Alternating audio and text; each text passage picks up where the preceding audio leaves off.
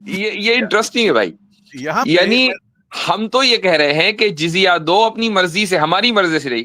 ابو شاکر صاحب ایڈوکیٹ کر رہے ہیں کہ نہیں ہم اپنی مرضی سے نہیں, آپ کی مرضی سے دیں گے, سبمٹ کریں گے انویلنگلی. واہ بھائی.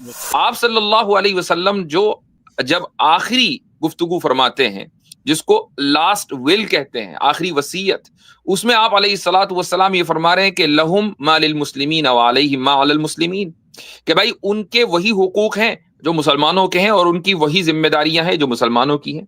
یہی وجہ ہے کہ اس حدیث سے جو مسئلہ نکالا ہے فقہا نے, ابن کثیر سے بھی بڑھ کر جو فقہا ہیں انہوں نے جو مسئلہ نکالا وہ یہ نکالا کہ اگر کوئی ذمی مان لیجئے والنٹیرلی اسلامک مسلم آرمی میں سرو کرنا چاہے تو فوری طور پر جزیہ اس سے ساقط ہو جاتا ہے, اس کو جزیہ نہیں دینا ہے. جب اندلس سے مسلمانوں کو نکالا گیا اور ان کی 800 سالہ حکومت کا خاتمہ کیا گیا تو مسلمانوں کے ساتھ کون نکلا تھا, کچھ پتا ہے؟ مفتی صاحب آپ کو پتا ہے مسلمانوں کے ساتھ کون نکلا تھا؟ یہودی ساتھ میں نکلے تھے. اور وہ یہودی آج بھی جب مسلمان ہجرت کر کے پھر ویسٹرن افریقہ آ گئے تھے, لیبیا اور الجزائر اور الجیریا اور موراکو کے علاقے میں, تو یہاں پر آج تک یہودی آباد ہیں. یہ وہی یہودی ہیں جو مسلمانوں کے ساتھ اندلس سے نکلے تھے کہ بھائی ہم تو انہی کے ساتھ بہتر تھے, ہم عیسائیوں کے ساتھ کوئی رہیں گے. چلے ہمارے ساتھ ہیں سرچ کر کے. جی سرچ صاحب, آپ مسلم ہیں نان مسلم ہیں؟ مائک انمیوٹ کریں اپنا, مائک انمیوٹ کریں سرچ صاحب. انمیوٹ کریں بھائی. Sad boy. چلیں آپ فی الحال سیڈنس پہ رہیے.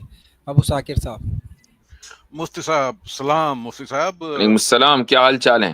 آپ کو بڑا آپ کے خلاف تو ہمارے پاس کمپلینز آتی ہیں کہ آپ ابو شاکر کو کیوں لیتے ہیں؟ کیونکہ کچھ لوگوں کا ایمان ڈگمگا جاتا ہے, اس لیے وہ پسند نہیں کرتے.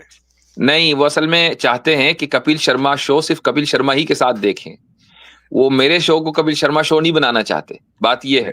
نہیں مفتی صاحب, اگر میں اتنا کپل شرما جیسا انٹرٹین کرتا ہوں پھر تو سب کو کہنا چاہیے کہ ابو شاکر کو بلائیے. بعض مرتبہ انسان کو سنجیدگی بھی پسند ہوتی ہے نا, تو اس لیے وہ چاہتے ہیں کہ بھائی یہ شو, یہ پروگرام سنجیدہ ہی رہے. لیکن چلیں, اب آپ یہاں تک پہنچے ہیں تو آگے گفتگو کی جائے. جی پہلے تو چھوٹی سی ایک بات آپ کے سامنے رکھنا چاہتا ہوں. یہ آپ نے ٹھیک فرمایا, یہ دھوکہ دھڑی کا زمانہ ہے, اس میں میں آپ کے ساتھ اگری کرتا ہوں. دوسرا, آپ سے لوگ پوچھیں گے, کیونکہ آپ آئے ہیں, تو جو پہلگام کے بارے میں لوگ آپ سے پوچھیں گے تو مجھ سے کیوں پوچھیں گے؟ پوچھیں گے آپ مجھ سے کیوں پوچھیں گے؟ یعنی میں نے کیا ہے؟ نہیں, میں تو اپنی رائے دے رہا ہوں اس میں.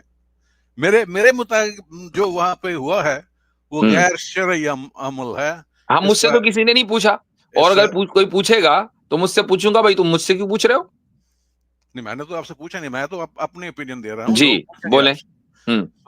مفتی ابو شاکر کا یہ ہے کہ یہ غیر شرعی عمل ہے. ایسا جس نے بھی ایسا کیا ہے وہ اس کا اسلام سے لینا دینا کوئی نہیں, حالانکہ میں اسلام کی تنقید کیا کرتا ہوں. میرا یہ عمل ہے کہ جو ایسا عمل جو بھی کرتا ہے ہمیں فیملیز کے ساتھ کھڑا ہونا چاہیے. آپ کو یاد ہوگا کہ 1-2 سال پہلے ایک ٹرین میں ایک ہندو نے بھی 2-3 مسلمانوں کو چھانٹ کے مار دیا تھا. تو ایسا ہی عمل وہ بھی ایک عمل تھا جو میرے خیال سے جو بات آپ کہہ رہے ہیں, مجھے اس سے کوئی اختلاف کی نہ گنجائش ہے نہ ضرورت ہے. آپ کی بات آ گئی ہے, کوئی تھیولوجیکل کوشچن آپ کریں تو زیادہ بہتر ہے. یہی ہے, ابھی تو تنقید شروع ہوگی نا اسلام پہ. یہ تو میں نے چھوٹا سا ایک شروع کیا. دیکھیے, آپ دھوکہ دھڑی کا زمانہ ہے. میں یہ کہہ رہا تھا کہ آپ کمپلین کرتے ہیں کہ جو ایکس مسلم ہے اپنے چینلوں پہ تروڑ مروڑ کے پیش کرتے ہیں, اور ان کا یہ کہنا ہے کہ جو عالم لوگ ہیں, جیسے آپ بھی عالم ہیں, یہ اسلام کو وائٹ واش کرتے ہیں. میں ان کے ساتھ اگری کرتا ہوں, اور اسی معاملے میں آپ کے سامنے ثبوت رکھنا چاہتا ہوں کہ جو عالم لوگ ہیں وہ اسلام کو وائٹ واش کرتے ہیں. اگر آپ اجازت دیں تو یعنی ابھی جو آپ نے کہا کہ جو واقعہ ہوا ہے کشمیر میں وہ شرعی اعتبار سے غلط ہے, یہ آپ نے دھوکے کی بنیاد پر کہا ہے یا واقعی حقیقتاً ایسا ہے؟ نہیں, یہ حقیقت ہے. ٹھیک ہے, یہ حقیقت ہے. تو چلو اس کو تو آپ نے حقیقت مانا. اب آگے بولیں. جو میں کہہ رہا ہوں اس کا اس سے لینا دینا کوئی نہیں ہے, جی الگ چیز ہے. جی آپ سے یہ پوچھا, ایک نان مسلم نے سوال پوچھا تھا جزیہ کے بارے میں, اور آپ کا یہ کہنا تھا کہ آپ ٹیکس دیتے ہیں. تو اس نے کہا ہاں ٹیکس دیتے ہیں, اگر ٹیکس نہ دیں تو آپ جیل میں جائیں گے. تو اس نوعیت تک آپ نے بات کی. تو جو آگے کی بات ہے جو آپ نے نہیں کی, وہ میں آپ کے سامنے رکھنا چاہتا ہوں.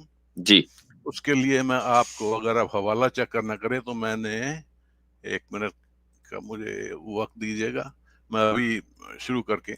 تو یہ جو جزیہ کا ذکر ہے وہ سورہ توبہ کی آیت نمبر 9 حتی 29 یعطوا سے. الجزیۃ عن ید وہم صاغرون. جی جی ہاں جی ہاں جی ہاں.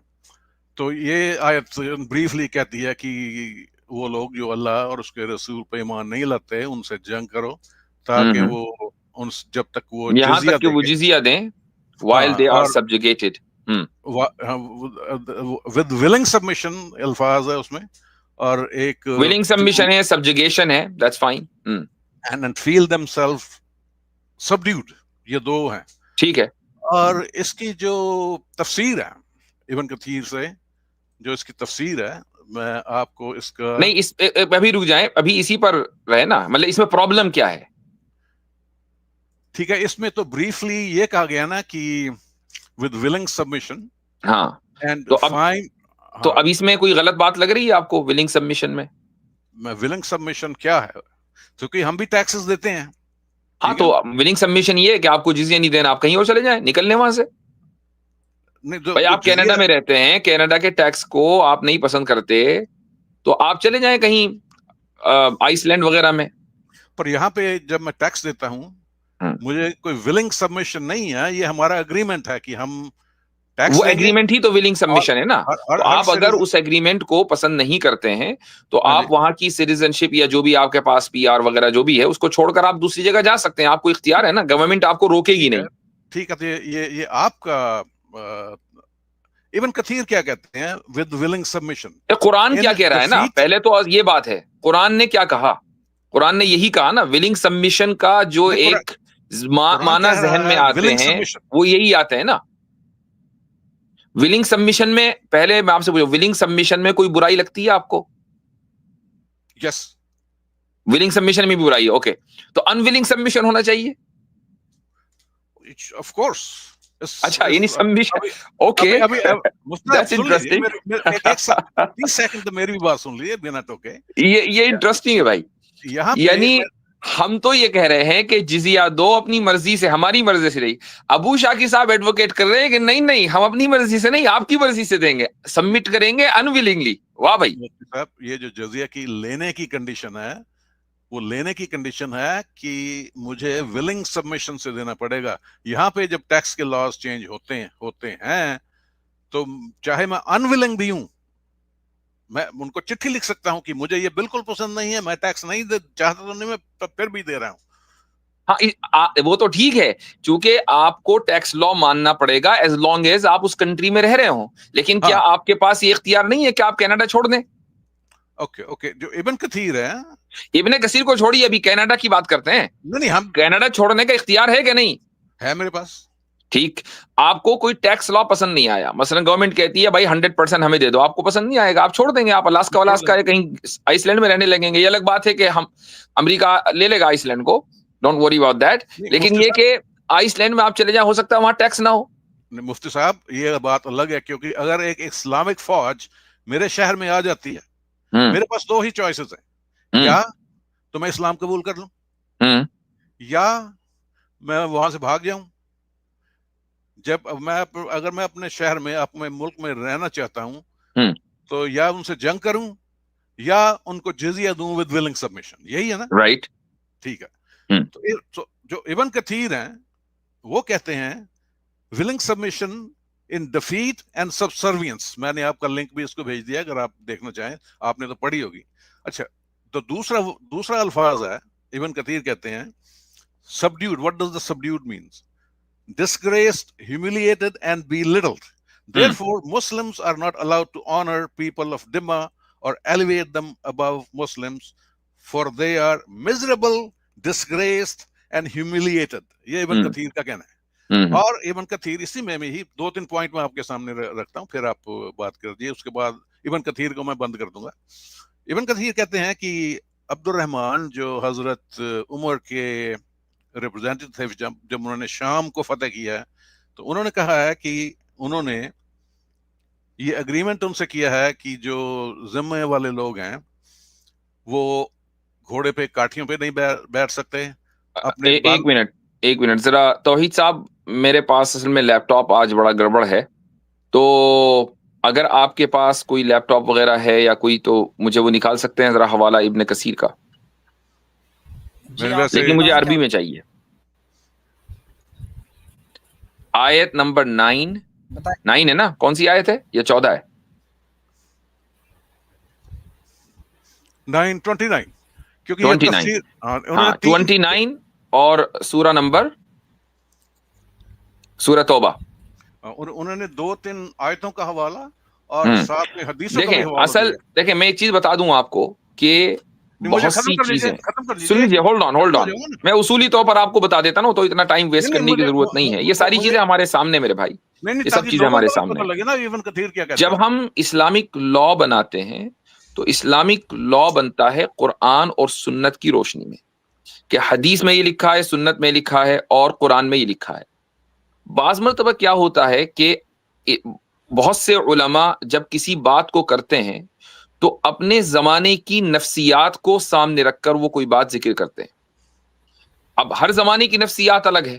مثال کے طور پر میں تھوڑی دیر کے لیے آپ کو ایک سینیریو دیتا ہوں, یہ ہائپوتھیٹیکل سینیریو ہے.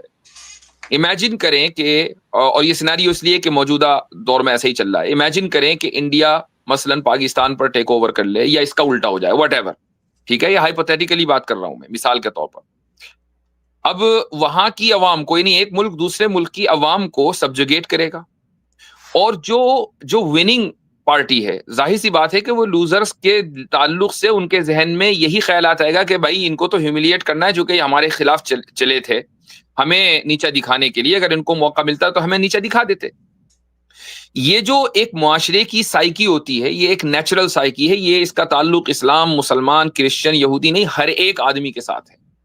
تو بعض مرتبہ علماء اس سائیکی کو اپنے الفاظ میں بیان کرتے ہیں, لیکن وہ رسول اللہ صلی اللہ علیہ وسلم کی طرف نسبت کر کے بیان کریں تو ٹھیک ہے, آپ ضرور ہمارے سامنے وہ ذکر کریں. آپ صلی اللہ علیہ وسلم جب آخری گفتگو فرماتے ہیں, جس کو لاسٹ ول کہتے ہیں, آخری وصیت, اس میں آپ علیہ الصلوۃ والسلام یہ فرما رہے ہیں کہ لہم ما للمسلمین وعلیہم ما علی المسلمین, کہ بھائی ان کے وہی حقوق ہیں جو مسلمانوں کے ہیں, اور ان کی وہی ذمہ داریاں ہیں جو مسلمانوں کی ہیں. یہی وجہ ہے کہ اس حدیث سے جو مسئلہ نکالا ہے فقہا نے, ابن کثیر سے بھی بڑھ کر جو فقہا ہیں, انہوں نے جو مسئلہ نکالا وہ یہ نکالا کہ اگر کوئی ذمی مان لیجئے والنٹیرلی اسلامک مسلم آرمی میں سرو کرنا چاہے تو فوری طور پر جزیہ اس سے ساقط ہو جاتا ہے, اس کو جزیہ نہیں دینا ہے. اب آپ اس کو یہ نہیں کہہ سکتے کہ نہیں ہم تمہیں آرمی میں سرو نہیں کرنے دیں گے, نہیں, آپ آرمی میں سرو کر سکتا ہے, چونکہ رسول اللہ صلی اللہ علیہ وسلم کے زمانے میں بھی بہت کچھ ایسے واقعات ملتے ہیں کہ غیر مسلموں نے مسلمانوں کی آرمی میں سرو کیا ہے. تو یہ اصل فقہی مسئلہ ہے. باقی جو ایک معاشرے کی سائیکی ہوتی ہے اس کے اندر بہت ساری چیزیں آ جاتی ہیں, لیکن اس کا تعلق اصل قانون سے نہیں ہوتا. آپ جو اعتراض کریں گے وہ قانون پر کریں گے, اس نے یہ کہا, اس نے یہ لکھ دیا, اس نے اپنے معاشرے میں ایسا ہو رہا تھا, اس نے اس کو بیان کر دیا. اس کے دفاع کے لیے ہم یہاں نہیں بیٹھے ہیں. تو اگر مان لیجئے کسی کتاب میں آپ کو اس طرح مل جائے تو ہم اس کو اون ہی نہیں کرتے, ہونے دیجئے. دیکھیے, آپ کو یہ بھی کہا گیا ہے کہ حضرت محمد نے کہ مجھے بھی فالو کرو اور میرے صحابہ کو فالو کرو. تو ابن کثیر صحابی نہیں ہے نا. نہیں, دیکھیے ابن کثیر صحابی نہیں ہے بھائی. اچھا, اور دوسری بات یہ ہے کہ رسول اللہ رسول اللہ صلی اللہ علیہ وسلم کا قول اور عمل ہمیں اگر کسی مسئلے میں مل جاتا ہے تو اب ہم صحابہ کو نہیں دیکھیں گے, آپ صلی اللہ علیہ وسلم اوور رائڈ کرتے ہیں. میں اصولی بات کر رہا ہوں. ہاں, آپ صلی اللہ علیہ وسلم کا ہمیں کوئی قول نہیں مل رہا ہے, کوئی عمل نہیں مل رہا ہے کسی معاملے میں, یا یہ کہ کانٹرڈکٹری مل رہا ہے کسی بھی وجہ سے کہ بھئی یہ کیا یا وہ کیا, پھر ہم صحابہ کے عمل کو دیکھیں گے بھئی اس میں انہوں نے کیا کیا. تو اگر انہوں نے کسی ایک پہلو کو لے لیا تو اس کا مطلب وہی بات صحیح ہے. تو اصل جو فقہ کس طریقے سے, اسلامک لا کیسے بنتا ہے, ہمیں دراصل اس کو دیکھنا چاہیے. ٹھیک ہے بھائی, دیکھیے چلیں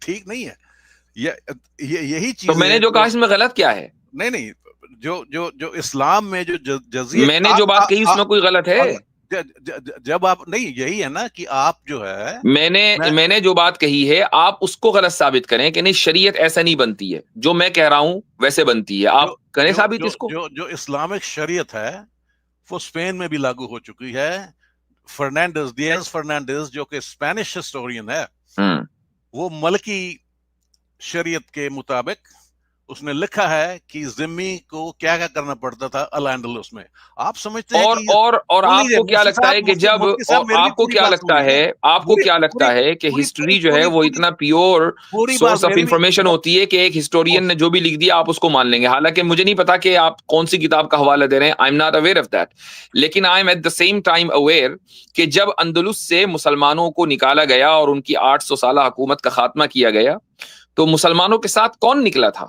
کچھ پتا ہے مفتی صاحب؟ آپ کو پتا ہے مسلمانوں کے ساتھ کون نکلا تھا؟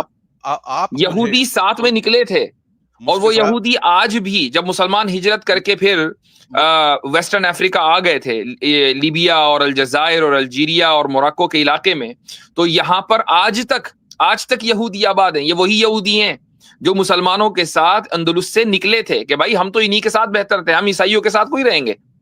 مفتی صاحب یہ تو آپ کا موقف ہے، آپ کا موقف نہیں ہے، یہ آج بھی ان علاقوں کے اندر یہودی آباد ہیں جو اسرائیل کے فارمیشن کے بعد بڑی تعداد میں ہجرت کر کے اسرائیل چلے گئے، لیکن یہاں تک کہ ابھی چند سال پہلے 2-3 دہائیوں پہلے تک باقاعدہ موراکو نہیں ایک اور ٹیونیزیا میں یہودی ایم پی ہوا کرتے تھے پارلیمنٹ میں، ان کی ریپرزنٹیشن تھی۔ مفتی صاحب پہلے تو آپ کی یہ عادت ہے میں ایک سینٹنس بولتا ہوں آپ مجھے ٹوک کے 12 سینٹنس بولتے ہیں، پھر بھائی میرے پاس علم ہی اتنا ہے، اب کیا کروں؟ پھر آپ کے مقابلے میں میرے پاس علم ہے تو اب کیا کروں، وہ نکلتا رہتا ہے۔ تو پھر آپ بھی جو ہے وہ کیسر راجہ احمد کی طرح اپنے ابن کثیر کو بھی انڈر کے بس میں پھینک دیتے ہیں۔ ہمیں کم سے کم اتنا اختیار ہے، ہمیں معلوم ہے علم کی بنیاد پر کہ کون سی چیز لی جائے گی کون سی چیز نہیں۔ کتاب میں ہر چیز جو لکھی ہو وہ لے جانے والی نہیں ہے، ٹھیک ہے؟ چلیں صحیح، بہت لمبی گفتگو ہو گئی، اور بھی لوگ ہیں، شکریہ بہت بہت۔